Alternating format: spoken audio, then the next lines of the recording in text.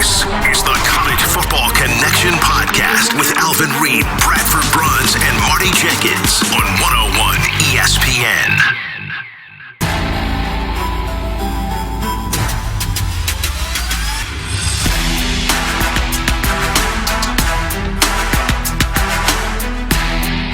Scandals, firings, deception.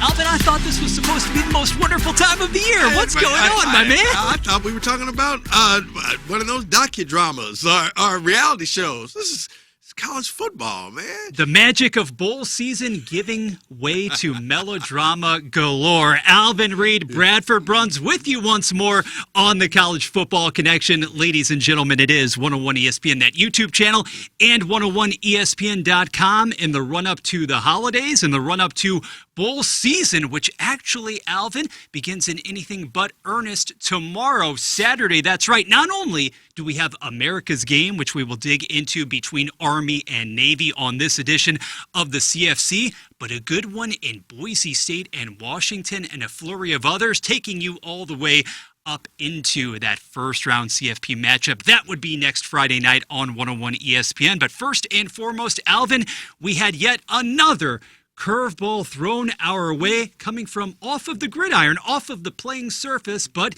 given the way that 2025 has unfolded, perhaps we should have anticipated something along these lines. Here's what we know. We're going to stick strictly to the facts in the here and now.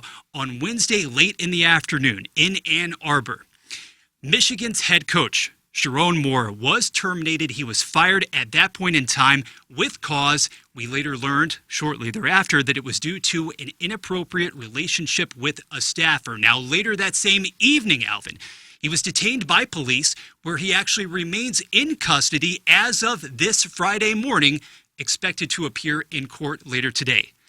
A ton to unpack. We're not going to get into the more sensational aspects of the story. You can do your own research along those lines.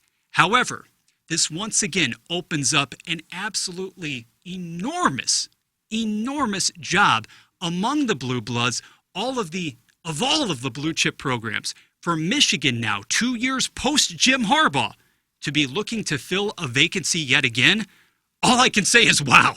I'm telling you. I will tell you, good column, Mitch Albom, Detroit Free Press. Mm-hmm. Basically, the thesis is, why are we shocked? Why are we alarmed that something like this could happen with a college football coach? And he goes through the litany of problems pretty much over the last 20 years, including several at Michigan already. So anyway, Mitch Albom, Detroit Free Press, good column on all of this.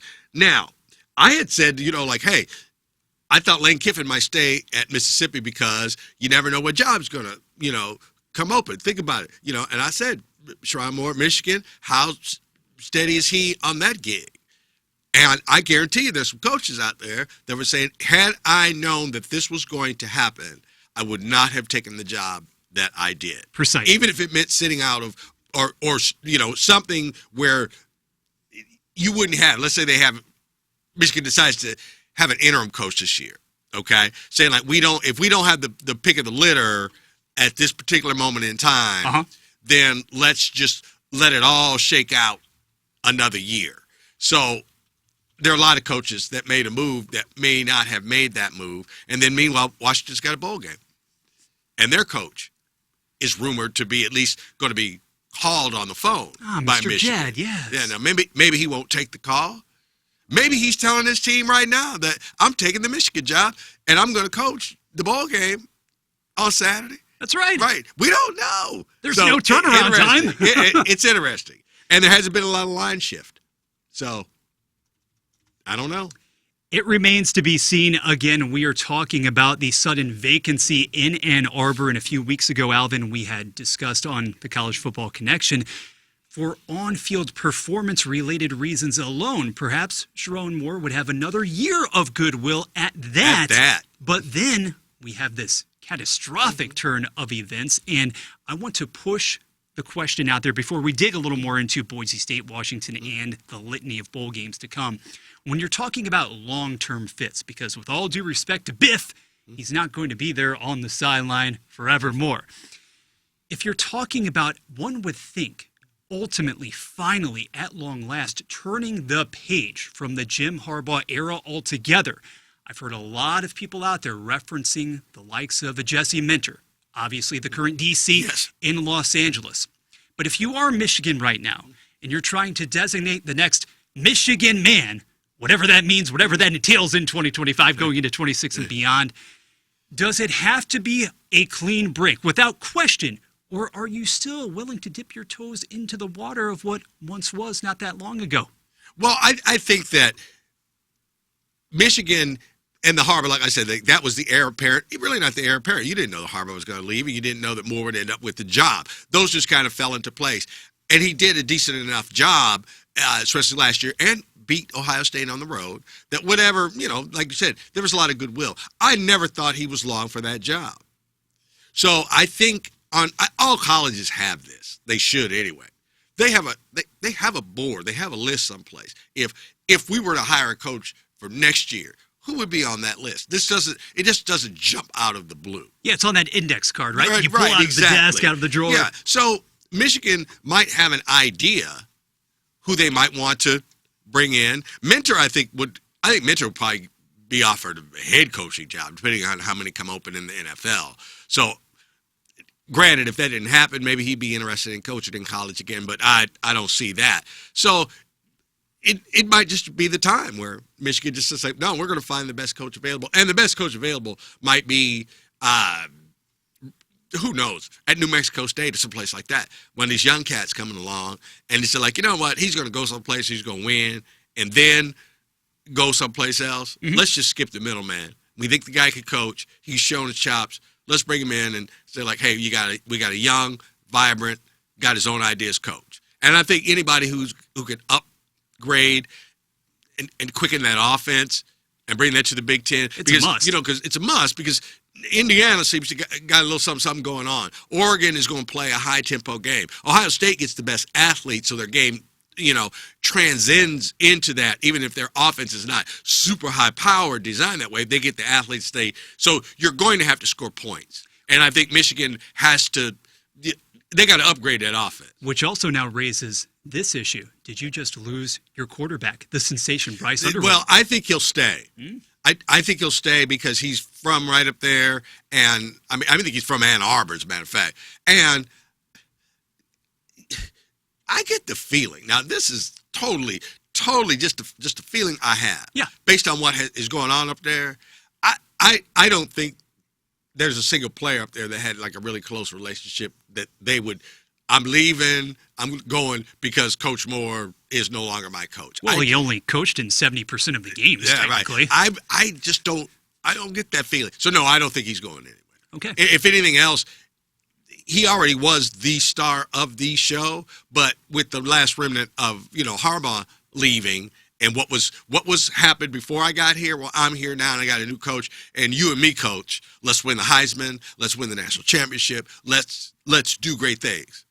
And just divorce yourself, no pun intended, from the former coach. Well, we don't exactly know what the sophomore-to-be will decide heading into next fall. Who knows? It is an absolutely topsy-turvy situation there in Ann Arbor. But with respect to signal caller for two of the teams we're going to spotlight next, Alvin, stability reigns supreme. Yeah, we're talking about Boise State as well as Washington. Really the first marquee bowl game taking place on Saturday evening. Nice stage, 7 p.m., SoFi Stadium, in an environment, actually, with which Boise is pretty familiar, having lost on the stage to UCLA just a couple of seasons ago. Now, we have a lot of rumors, a lot of conjecture surrounding the Washington head coach, Jedd Fisch. At the moment, as far as we know, he is in place. He will be coaching that contest. As far as the personnel on the field goes, as far as the X's and O's to that point, I was shocked, Alvin, honestly, when this game opened, when the announcements were made, when they were revealed last Sunday in the CFP, gymnastics. That's a different discussion altogether. Right. But for this one, for Washington now, fine season, surprising season in a lot of respects, I think, in the Big Ten. Really competed well, just ask Illinois. Favored, though, by 10 in the bucked up LA Bowl. The last Get one, a load of by that the one. way. That's right. This is the swan song for the LA Bowl. Gronk's going away in that department, at least. The over-under is 52.5. We are going to see a pair of experienced QBs going at it, Maddox Madsen for BSU, as well as the very exciting Damon Williams Jr. for the Huskies. But then you add to the equation, Alvin, the uncertainty perhaps surrounding the coaching staff here, the man at the helm. And I'm looking at this markedly more experienced Boise State squad. Slight regression this season. You always knew, following the departure of Ashton Jeanty, the prospects of qualifying for the CFP again, they seem to be pretty remote. But a 9-win season, your third straight Mountain West crown, how is this team a double-digit underdog? Well, because I think that they're looking at two things. One, Washington had a very strong Big Ten season. Yeah. And Washington showed that it could compete in the Big Ten. And not that it was doubted, but their program stepped up to the game, coaching and everything else. Mm-hmm. Formidable. Like I said, just Ohio State thumped them on their home field, but at the same time, they put a whooping on Illinois and some other schools. They played some good Big Ten football, and that's it. Okay, Boise State had underachieved coming up to their last 3 games, big time. They won those 3 games. Okay, so they end up with the 9-2 record, or I'm sorry, whatever their final record was. 9-4. 9-4, not 2. Yeah, do your math, Alvin. 13, not 11. They squeaked by against some marginal teams those last 3 weeks. Fresno State, San Diego State, November lull. Yeah, they were, kind of going toward the end of the season, and I think that's why Washington has got a double digit. To me, it's a lot, but. And this is what threw me off. And I'm going to stick with my pick because I had it circled in the little black book, which is the gospel. Which I had Washington covering the 10 because I just think that Washington is that much better of football. I just think they're better. Okay. Don't get lost in the new coach of Boise State and high expectations. All that. I just think they're looking at it like, no, man, Washington's just better than they are. They're bigger. They're faster. This go around. Okay. I'm going to stick with that. Because unless, like I say, the coach is resigning as we speak. Now, for those, I mean, tomorrow the game starts and, some guy out of the stands and his friends are coaching the Washington Huskies and the team is in turmoil. You'll know early. The tenor of the game, the guys there on the field, you'll know early. Right. And, we follow it. And as of Friday morning, everybody knows what's up. Now, technically, they wouldn't know whether or not he was going to take that job or not. But at the same time, line hasn't moved. So if the line hasn't moved, somebody somewhere is fairly confident that A, he'll coach, and B, Washington won't be altered game plan or anything like that. So I'm going to take my Washington to cover. Boy, this one was, man, I got a no play on this one, on the over-under. I was agonizing too. Because one, you throw in this whole coaching thing, but altogether, I still couldn't tell you if it was 28-23, which would, wouldn't cover 52-20. That's, to me, like 28-23. That's a lot of points. That's enough points for a very exciting game, but you still haven't covered 52-5. So maybe what I'm saying is I'm kind of thinking that 52-5 is a little up there. It is, but it's not so low that I actually have a distinct feeling on it. So I'm going to leave that one alone. But I think Washington's going to cover 10 points, man. Same here. As far as the over-under is concerned, I am staying away from that one. Again, to reiterate, this is not your 2024 version of the Broncos or even from a decade or so ago. However, in spite of some of the lulls that we did see during the course of the regular season, think back to the opener when this team seemed ill-prepared to show up versus South Florida, for that matter. Yeah. Was able to recover, had, again, that stretch in November that wasn't exactly aesthetically pleasing. But I could say the same thing, Alvin. I could really make the same case against UW. When you think about the output or lack thereof against Michigan, you follow that up by putting one on Illinois in the Pacific Northwest. But then you basically come up empty, totally empty against Wisconsin, Madison or not. So as far as riding the roller coaster with this team, and I do like Williams Jr. quite a bit. That QBR is a top 25 figure in the entire country. But he's young, he's raw. I feel more confident as far as a steady, stable outcome here from Maddox Madsen. I'm not saying that he has the ability to really put up the explosive plays, but if Boise State, and I firmly believe it will, is able to stay on schedule, kind of make this one a bit more of a boring game or play at its own pace, dictate the tempo.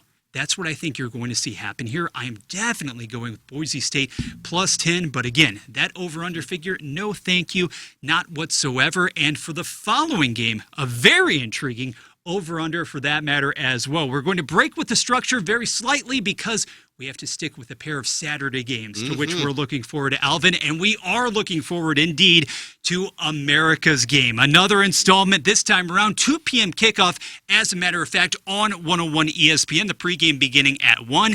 M&T Bank Stadium, Army and Navy. The midshipmen coming in at 9-2, 7-1 in conference play. Actually secured a share of the regular season AAC crown. And for Army, a bit of a step back this season at 6-5. But still, we've spent, Alvin, so much time this year throughout 2025 talking about North Texas and Tulane, even South Florida, and rightfully so. But these two service academies continue to acquit themselves very, very well in the American Conference, and I think we're actually set for another good one tomorrow. Absolutely, absolutely. Quick story. When I was, I would have been 11 years old, our football team won the mythical state championship. We were undefeated. But anyway, we got to go to Washington, D.C. and play a team from Vienna, Virginia, which is in suburbs of Washington, D.C., where I would later live in life. Believe it or not. I lived right up the street from the actual field, the park where we played in. Oh, that's awesome. Isn't that weird? But that actually happened in life. But anyway, while we were there, we got to tour the Naval Academy, and it was Army-Navy week because we went in November. And,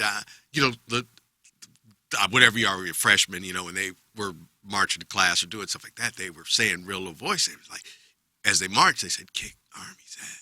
Okay. And so we're 11 years old, and we were walking over there. So we're saying, kick Army's ass. I have no rooting interest in it, but whatever. To this day, I still root for Navy in that game. Is that ever a core memory? Yeah, and I said, I got no rooting interest in this game.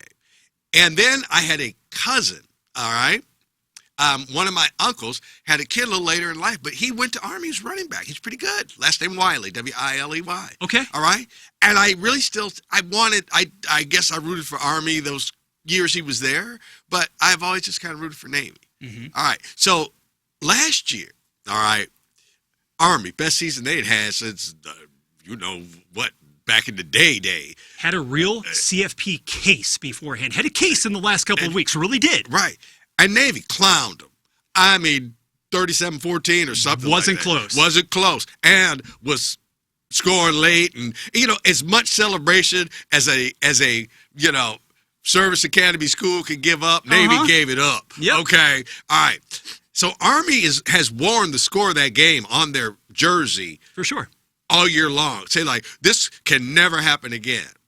So here we head in where Navy's better than Army this year. Favored by 6. Right. Favored by 6. Army running that same, kind of option game and whatnot. Not as successfully. Obviously. Not that juggernaut they've had in years past.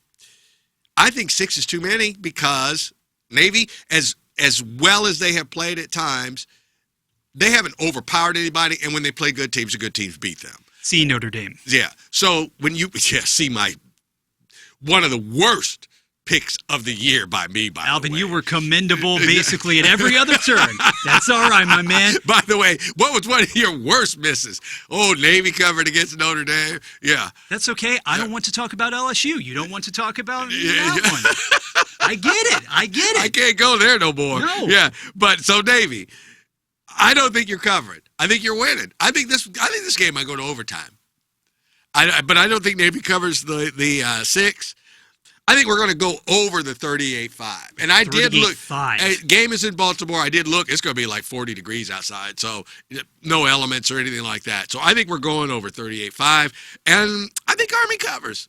I do. Okay. Right. Okay. In spite of not having this time around, obviously, somebody who was a top 6 Heisman finalist last year, we were talking about Bryson Daly. And by the same token, Bo Horvath of Navy was able to thoroughly last season outplay him. And to me, Alvin, that is one of the biggest storylines heading into this one, because you're talking about somebody who is getting ready to move out of the football uniform for the midshipmen in Horvath. And what a 2-year run it has been. To this point, over the course of the last couple of seasons, this squad has compiled a record of 19-5 with him at the helm. And we understand their running prowess. And I would venture to say that this year, to a degree, he has also grown in the passing game. And that is a stark contrast from what we see on the other side from Army for that matter, okay? When you lose somebody the caliber, the ilk of a Daly, you know that you're going to have a drop-off. There's going to be some offensive regression. And you've got right now somebody in Cade Helms who is extremely adept at running the football. Heck, Alvin, this is crazy stuff.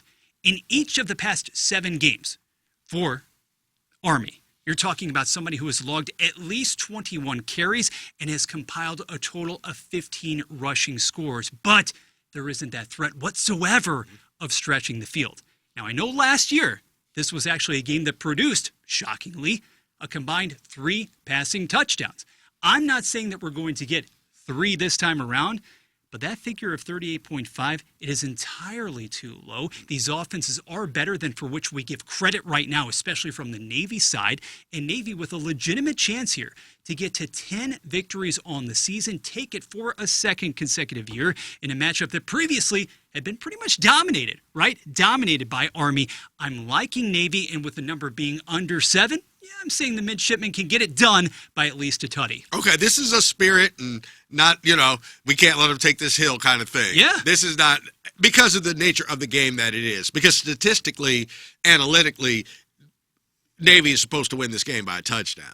I just don't think it'll happen, and neutral field, so to speak, in Baltimore. It's a Navy home game. Now, what that means, I don't know exactly, but and give the Black Knights credit too, because not only did early on in the season, you know this, being obviously in Big 12 land there, beating K-State for what it's worth, yes, okay, yeah. Down season or not, beating K-State, only losing to Tulane, the CFP qualifier, by 7, and then finishing up November with a 3-point win over UTSA. So seemingly rounding into better form at the right time. Yeah. Oh, by the way, Chris Kleiman and K-State, just real quick, didn't like it apparently. My brother-in-law played for K-State. He said, man, he hated losing, but man, he just couldn't get with that reaction. No.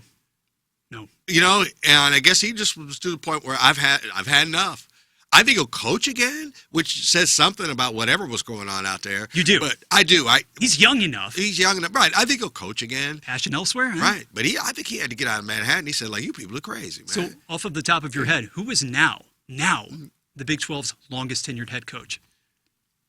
This is bewildering, or was bewildering to me earlier in the week. Okay. Because this institution opted to retain the man in question for one more year, but he may not be long for the job either. Okay, so Matt Campbell obviously is now gone. He's gone. And they're bringing back somebody for 1 year. Oh, who said they're bringing their coach back? It's a tenuous situation in Waco. Oh, that's right. Okay. That's right. Boy, does that ever tell you a lot? That tells you about a lot. Transformation on the sideline there. Yeah. And we got 16 schools. It's amazing. That's amazing. It's amazing. Right. And of course, there's going to be yet another change with respect to one of the 2 schools we're previewing next for this game. It is Old Dominion versus South Florida in the Staff DNA Cure Bowl. Alvin, I know you have that one memorized, in a game in which the Bulls favored here at present. A lot of fluctuation in this one, as you would anticipate. 3.5 is the number right here, right now. But bear in mind, guys, as we go along on the 101 ESPN YouTube channel and 101ESPN.com, we're already taking a deep dive into a number of tilts to take place next week as well. So this one on December the 17th, moving it along to next Tuesday, 53.5. And of course, South Florida, Alvin, is going to be without the guy who was able to engineer this really nice run yet again in 2025. The stock, it was able to rise considerably for one Alex Golish. War Eagle, he is bound between the plains, heading out to Auburn. And that's not the only development of the negative variety if you are a USF fan who basically is bullish on bowl season. Because your standout QB, Byron Brown. I was about to say, Alvin, earlier in the week, South Florida by just 3.5. Are you kidding me? Coach Golish or not? Oh, well, this is a big fly in the ointment. He's going to be wearing the headset. He is going to be an assistant coach because we don't yet know what's happening with his status, where he may be going next season. I think you can basically wave goodbye to Mr. Well, yeah, exactly. In a uniform. So he's not playing. You're not dealing with a particular type of injury as far as we are aware, but he is handing over the reins to a senior in this contest, which really clouds the picture as far as what you expect, especially offensively against ODU. Okay. I've still got South Florida covering the 3.5. It's just too much offense, man. Yeah. You know, you 500 plus, and you would be favored over Old Dominion by 8-9 points during the regular season. There's still a major talent discrepancy. Right, and I just think that all that offense. By the way, you reminded me of something else, and I'm trying not to digress. I'll put my finger on Old Dominion and South Florida. But okay, so your starter, you're going to play the bowl game. Your starter's not going to start. You don't know if he's going to transfer. You don't know what he's going to do, but he's going to be there, headphone on. He's helping out. KU was one of the schools that could have played in this Birmingham Bowl, and turned it down. Woo! Mm-hmm. The KU guys, because I'm about to go off on us. I know. All right. I'm very disappointed in that. If for no other reason, then tell these two kids that we got on scholarship to play quarterback, one of you is going to play a half, another's going to play a half. We'll take whoever wants to go down here and play this game. Sure. But we can practice for 3 weeks, and we can look at you guys play in a game against Georgia Southern or whoever, and really get some real film on the guys that are going to be here next year. If you don't want to be here next year, don't play. Leave. Bye. So I'm very disappointed. I'm very disappointed in several schools. Some had reasons, some didn't, but especially KU. Very disappointed they didn't play because Daniels should have just been that guy. Yeah, we're playing in the bowl game. You're not playing. Yeah. And if you don't want to go, don't go. Ask any head coach. The practices are the most important part of element of this. Yes, exactly. So anyway, I digress, but fine. I think so. In other words, I think South Florida will be fine, covering the 3.5.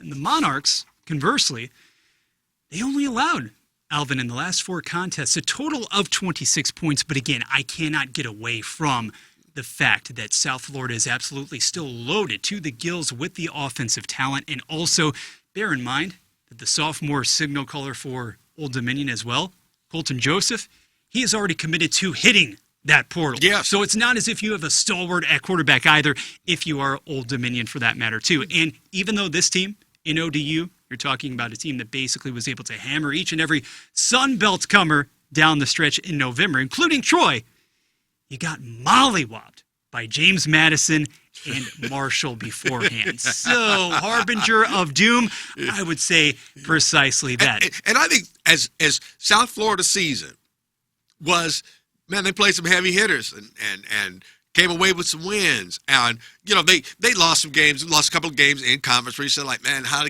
could that team that competed so tough against a Boise State? Sure.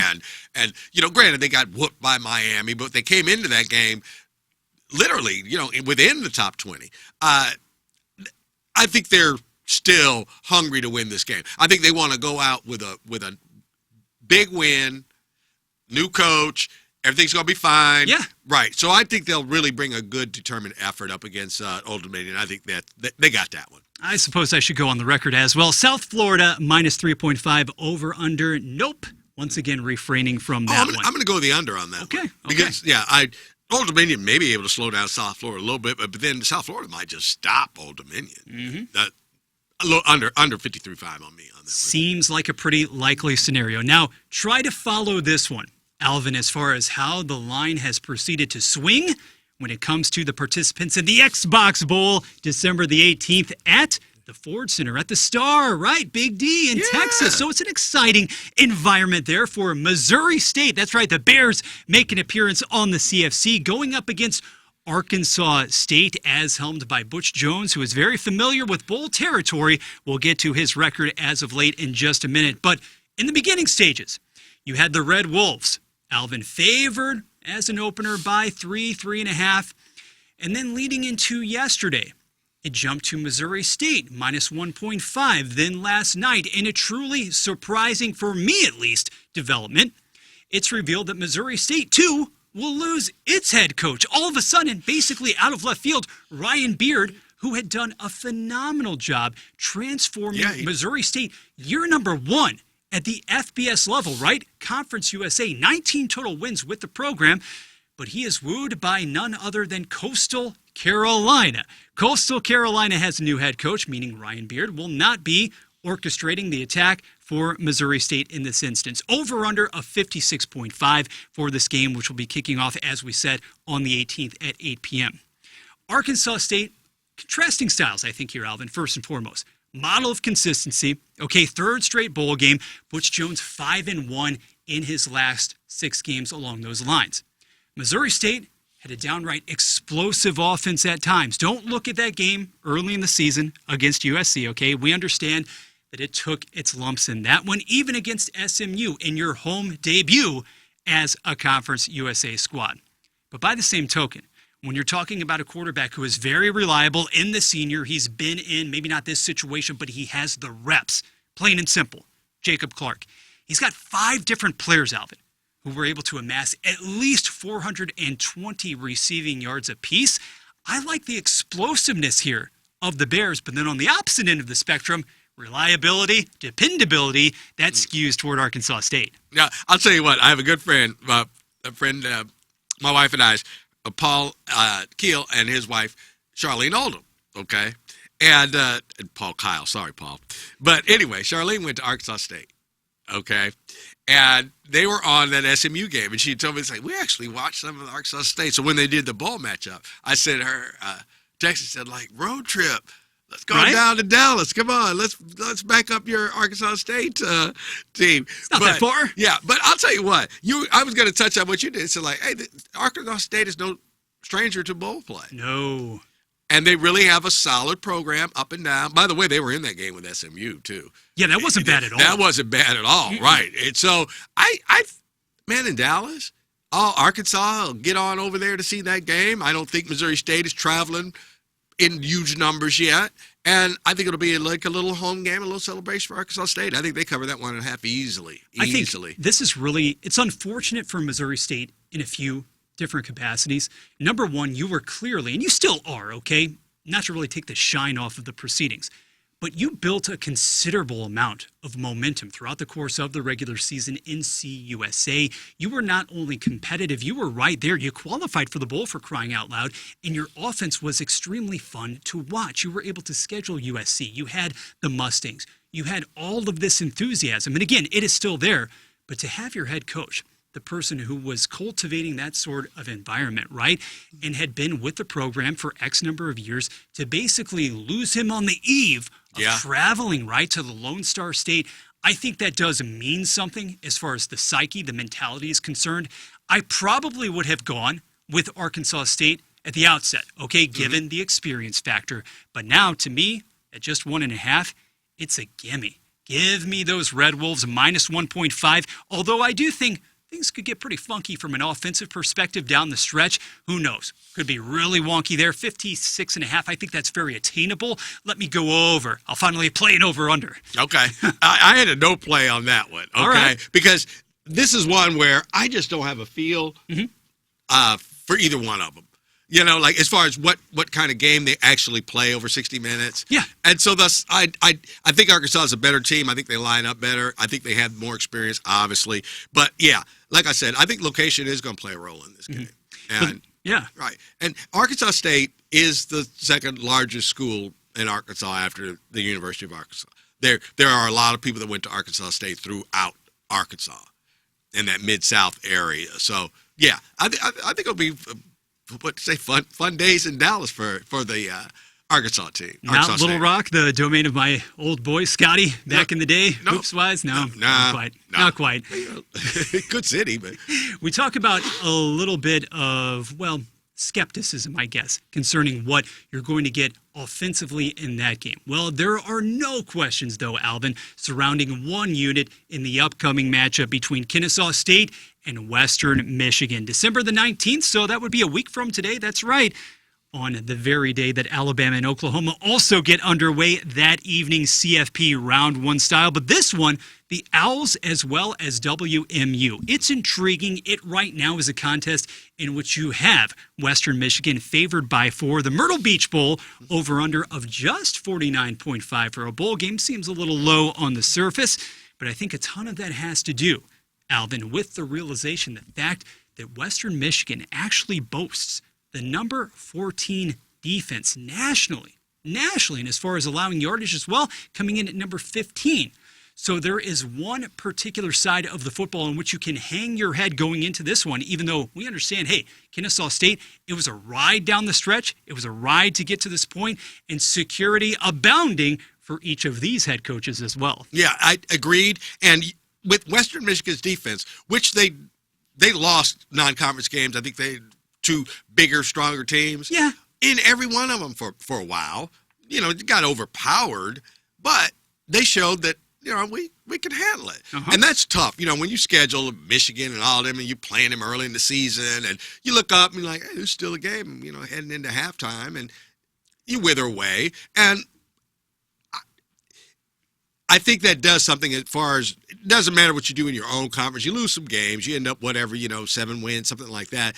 I think you hearken back once you're in a bowl game to what, hey, let's go back and watch the film on this. Mm-hmm. When we were just playing this team on this day, and we're not beat up, we're not worn out, we've got a couple of weeks, since our last football game. Sure. That's why I like Western Michigan in that one, and primarily because of the defense, because I just don't, I'm going to play, believe it or not, an under on the 49-5, because I just don't think very many points are going to be scored in this game. I'm with you there. And when you're talking about somebody in the first year, defensive coordinator for Western Michigan, Chris O'Leary, his first year on the job there, ever since that unit gave up, admittedly, 38 to Illinois. It was back in the third contest of the season, if I'm not mistaken. It has been nails. And not only do you have, once again, the specter of being the MAC champion here, you're going up against a team in Kennesaw State that was able to take care of business in Conference USA, for that matter, too. It's a good challenge because you're talking about strength against strength to some degree. And I'm intrigued to see what the marquee matchup or the marquee individual showcase attraction in this game, Amari Odom, right? Sophomore quarterback. What is he able to do against a defense along those lines of that caliber? It's a really good one.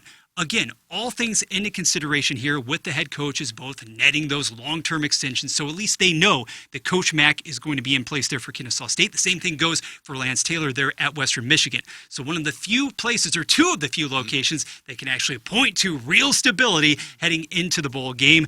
I feel stable, though, and confident about making this, like you, an under for 49.5. Western Michigan, the toughness, the tenacity there. It's been a nice ride for the Owls, but I will ride with Western Michigan -4. Yeah, and that real stability until, Baylor's job comes open next year. You had to go there. You really did, right, because it's tangible. It's tangible, right. I'm sorry. It's just one of those things that, right. And had you heard Eli might go to Michigan? I laughed aloud at that one. So do you want me to ask next week when we go up there to preview please? Virginia, Missouri? Right, yeah, please. Yeah. Extension of contract. Okay, great. But I like Western Michigan in this one. Also, Western Michigan, no stranger to bowl games. Not at all. Right. So it's obviously it's not like playing in the CFP or the Rose Bowl or something like that. But at the same time, the travel, good site, Myrtle Beach, I like them. Mm-hmm. Yeah. And I think defense shuts down Kennesaw State. I mean, if you're going to playing over-under on one team score, I might under 13 or under 14. Less than 2 touchdowns. Yeah, there are worse locations to travel at this time of the year. Absolutely. Yeah, right. I'd say so. Now, from two teams that feel pretty good in the here and now about their respective situations at the helm, to another one, hey, you've got a new head coach, but you no longer have the services of Ryan Silverfield. Instead, Memphis will turn to none other than Charles Huff, previously of Southern Miss, to fill that spot, the vacancy as the head coach. The Tigers, nonetheless, it is not a Liberty Bowl appearance, Alvin. No, instead, it is, and pardon my ignorance here, are we talking about the Gasparilla or the Gasparilla Bowl? What do you feel? I've always heard it was Gasparilla. Gasparilla, I know. It just feels right to, okay. I believe that's how you say it. And I just saw one of the Mizzou staffers last week in one of those hoodies from a few years ago. I should have asked for clarification. But what we do know is that the Tigers will be going up against the Wolfpack of NC State. NC State favored. This one has been steady, as opposed to the rest of the crop we've previewed this week on the College Football Connection. Minus 5.5 in favor of NC State, over under a 58.5 in the final game before the first round action next Friday night between Alabama and OU. This one kicking off at 1:30 in the afternoon. Alvin, Raymond James Stadium, Tampa, also not a bad place to be at this time of the year. Can you see two teams heading in opposite directions entering this contest? I was going to say the same thing. Yeah. That North Carolina State, you get the Miami win, okay, which they got in, but, but they showed that they played good ACC football. And I know ACC, everybody's kind of looking at them sideways because of, then Duke beats Virginia and all that, just a worse scenario. But I like them when they play. And who was stronger down the stretch? Right. Winning 3 of the last 4, right, including the Mammoth at that time, upset of Georgia Tech. Yeah, I like them. I mean, like I said, I like that team. I like their profile, the jib, as you used to say. They can pass the ball. They can run the ball. Their defense can be suspect, and I think Memphis would have to take advantage of that. But I like them in this game. You got an interim coach, a coach coming in, somebody else coaching the team.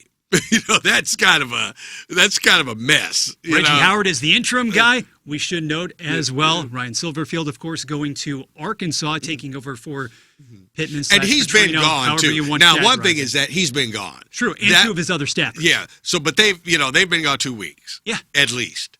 So, I'm not saying it's any easier to get over, but their weeks of practice have been consumed with whoever is going to coach the team. And I think that does help them, but it's still a state of disarray, and North Carolina State should be able to take advantage of that. And I don't want to take anything away from what Memphis was able to accomplish early in the season, moving into the AP Top 25 for a significant portion of the time. Silverfield was able to parlay that into really raising his profile, right? Ultimately landing the job in Fayetteville. Yeah. But you lost 4 of your last 6 games, right? 3 of your final 4.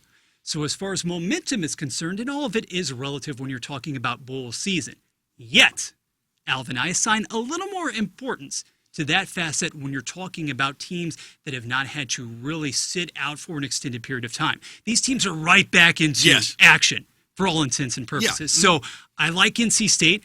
I like the offense. I especially like C.J. Bailey, number 13 in the country as far as QBR is concerned. He will play in this one, ladies and gentlemen, and look for him to shred the secondary for Memphis. I'm going, though, NC State. While I'm going NC State minus 5.5, I'm actually saying the under figure here, under 58.5, because I really don't believe that Memphis is going to be able to keep up when it gets into the second half. I think I'm going to play the over on this one because this is just one of those – it's just going to be one of those bowl game scores, I think. That was the feeling I got off of this one, where it might be 42-35 or just one of those nonsensical kind of like, man, can anybody stop anybody? And so I think they'll surpass that. That's a high number now. I do acknowledge it, man, 58.5. It is. Something's got to go on for you to get there. But I think the two teams combined, obviously, they get there. And Memphis can hang, but I think North Carolina State, like you say, they're taking a solid football team to a bowl game, which will set the stage for the first college football playoff game later that day. It's on a Friday. I think it just sets up all North Carolina State. Suffice it to say, much more in terms of previewing Sooners as well as Crimson Tide when we reconvene in Creve Coeur next week, Alvin, and you have the 3-pack on Saturday as well. But I would be remiss if I allowed you to get out of the studio today before you do your thing, multiple platforms. I thought you were kind of not phasing out, buddy, but taking a little bit of a step back from the holidays. You're on the move. Just a move. Podcast, then 2 hours radio. I love it. And then do a little thing on another station later this afternoon. I love it. But what I would love the most from you is to get at least a quick download take as far as what I thought was going to be our Block A 1A story to begin the program today, okay? The episode of the College Football Connection. But instead, the fallout from Notre Dame's exclusion from the CFP has been trumped by the proceedings in Ann Arbor. But yet, you know what? Look down. It's about 8:45 in the morning. I'm pretty sure that Mr. Bavakwa is going to be holding another press conference here in a few minutes. Boy, I tell you what. All right, so your Mark, the Big 12 commissioner, went off on him. Oh. And, just said like this is egregious, these allegations and this and that and the other thing.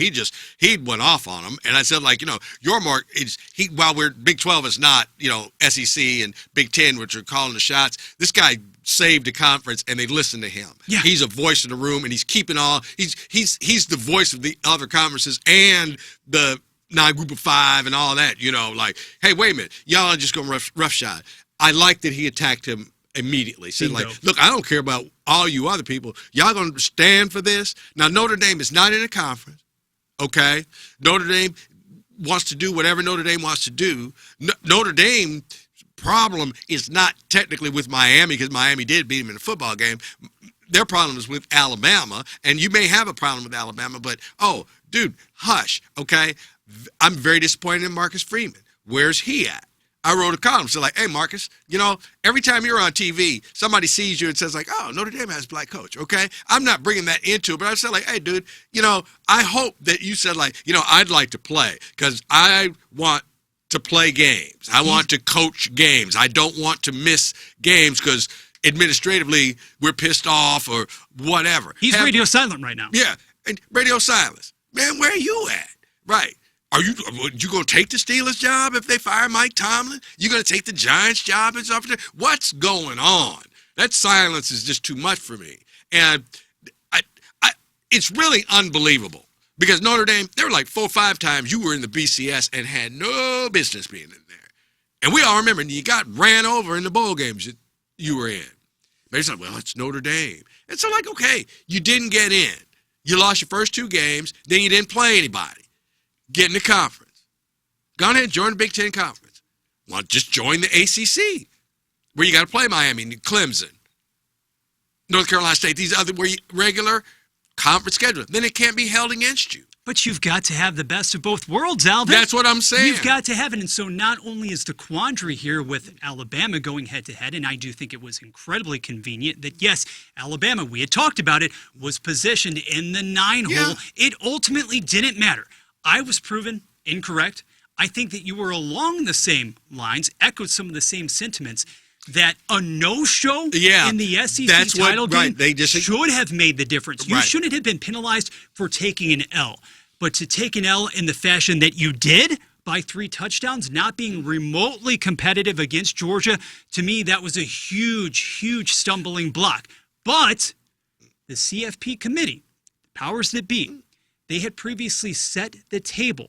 They had orchestrated all of this so that then when the ratings, ultimately the final rankings, I should say, came out late on Sunday morning, it wasn't altogether shocking in this made-for-TV event, that we should stress more than anything else, the made-for-TV event nature of it all, that Miami was able to climb barely ahead of Notre Dame. Now, do I disagree with the premise that, okay, all of a sudden, when BYU was absolutely thumped for the second time this season by Texas Tech in the Big 12 title game, no less, that at that point in time, finally then, not even 24 hours until the final reveal, then you were allowed to basically put Notre Dame and Miami side to side, compare, go through the film, the tape from August 31st? No, but we have to take what we have, what we were given, at face value. And the bottom line is that, hey, you scheduled basically a decade in advance. I understand it. This Miami as well as Texas A&M. You went on the road. You had an opportunity in that fourth quarter. You nearly came all the way back in week number 1. You didn't. Rainy Miami setting. Week number 2, you follow up. You had the game in South Bend. You lost by a tutty. You had the game in South Bend. You had numerous opportunities. And the sooner that all of us are able to reconcile the fact here, Alvin, that every single one, each and every one of these shows leading up to the final one, it's all fodder. It's all made for TV drama. Yes, it is. That none of these shows until the season finale, none of them will matter for us to basically ignore that reality or kind of look the other way or diminish that. That is the key here, because the seeds, they were sprinkled in throughout the process. You had to know at some point, there was some slim possibility of this actually occurring. And now, while I commend on some level so many other schools in the spirit of the holiday season here pulling a Kevin McAllister and saying, I'm not afraid anymore. I'm going to freeze you out, potentially Notre Dame. Well, just now, all of these other schools are suddenly getting wind of, getting news about the agreement into which Notre Dame entered last year, signing that. Oh, as of 2026, effective next season, if we're among the top 12, unless it expands even more, which probably isn't going to happen next season, we are locked in. We have that spot locked in. So if you're Notre Dame, and I talked about this earlier in the week on a special episode, you're trying to have your cake and eat it too.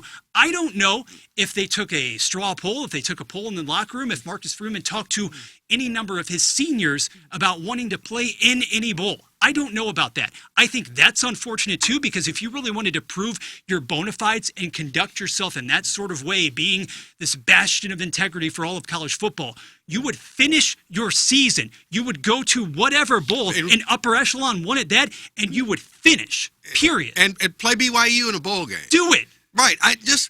People, are you kidding me? Like, okay, we are too good to go play in this bowl game against BYU that had 2 losses just like we did. That's what by the way, we lost to the same team, which is pretty damn good, Texas Tech. Really bad look. And then this, like I say, this agreement that comes out, and we all knew we were so happy to go beyond 4, but we all knew that 12 is kind of an odd number. Because this whole bye thing and all that, then that means, like you said, what are we talking about? We got 12 that we're ranking. Before are not playing the first weekend. Wait, there should be 4 other teams where everybody has to play, and that way you go down to 16 and you don't have all this drama. And there's no way. Look, I'm one of these other teams. I'm telling you.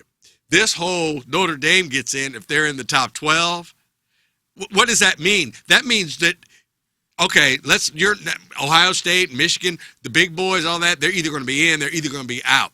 But some of these other, like, not secondary, but other teams are saying, like, so why is it that we're 13 and you're 14 and Notre Dame is 12 and Notre Dame had already lost 3 games or some nonsense like that? We're the Golden Domers. Yeah. Right. I tell you what. And then I don't know who let that cat out the bag, but, Bavant was out there squawking, and then that hits the skillet, and it was like, dude, wait a minute. You had in your pocket, technically, that this will never happen again. 2, 3, 4 days thereafter, still going, still talking about this permanent damage that has been inflicted by the ACC. Oh, yeah, by the way, it is a mutually beneficial relationship because 24 other sports for your institution compete in the ACC. But we want to go off on this rant, off on this crusade, because in recent weeks, the past month plus, the ACC in the social media wars has elevated Miami and everybody else above your program. They wanted to get the team that participates in every sport in the ACC into the CFP. Because you're an independent in football. Yes. Even though you're a partner, you're an independent, and you've chosen that. Right. And you get to keep all the money. Okay. Yeah. Whereas the more schools we get, they got to split up the money. And then, oh, by the way, we got all these other football programs, or not football, but athletic programs that we're trying to keep afloat too. Boo-hoo, you lost $4 million this year. Go cry to Peacock. Go cry to Peacock. Go tell people Peacock. You're right. I'm telling you that. But that cracked me up. And then to bring this whole thing home, I will say this: Alabama got in. Their reward, they have to go on the road, play Oklahoma. Okay. If Michigan does not have a coach, all right, and Alabama goes down there and Oklahoma puts one on them, within 24 hours, I think DeBoer is coach of Michigan. You're calling it. I'm calling it. Because if they go in there and get beat, I think he would say, like, you know what? I ain't even got to go back to Alabama. I'm going to have my house moved to Ann Arbor. You planted that seed last week. You really did. You floated the possibility, which is legit. Right. We got embarrassed in the SEC, and we get a backed into the CFP, had to play on the road against Oklahoma in an 8-9 game. How insulting, right? Okay, all right. I'm telling you, they get beat. I ain't talking about beat bad. I'm just saying if they get beat, period, I say he goes to Michigan. Interestingly, Alabama at present on December the 12th, favored by 1.5. I saw 1.5 on the road, and it's so difficult to project as far as looking at the weather conditions ahead. Can you imagine that Friday night in Norman? Possible snow, tons of wind. Man, it could just be a normal winter night. It could just be something else. And if Ty Simpson's back is legitimately a concern, oh boy, there's another story. They didn't look very good. Now, I know Georgia's good football team. Alabama did not look very good. Nope. Now, maybe their mind was – I just see how their mind could be anyplace else because there was a possibility that they wouldn't even get into the CFP if they played that poorly, and they played that poorly. Now we know otherwise. Yeah, so going forward. They get beat. I think they looking for a coach. You think Lane Kiffin would leave before he ever coached? Oh. Let's see. Let's ponder Michigan, Tuscaloosa. Lane's never closing the door on any possibility, Alvin. I don't know what he would do, man. If that Alabama job came open, I just don't know what he'd do. We do know. He'd lose his mind. The gift that keeps on giving, right? There you go. We're a couple of weeks shy, a couple of weeks out from Christmas. But, guys, we hope that you have been given a little more information to arm yourselves for the first wave of regular bowl games. And then the CFP talk, it commences in full force next week. Alvin will be back. For Marty Jenkins, for Alvin Reid, my name is Bradford Bruns. Have a great week in St. Louis. And everybody else out there in the audience, as always, we appreciate your listening, your viewing on 101 ESPN, the YouTube channel, and 101ESPN.com. Signing off for now. More drama, more intrigue, more games on the way shortly. Thanks for listening to the College Football Connection podcast.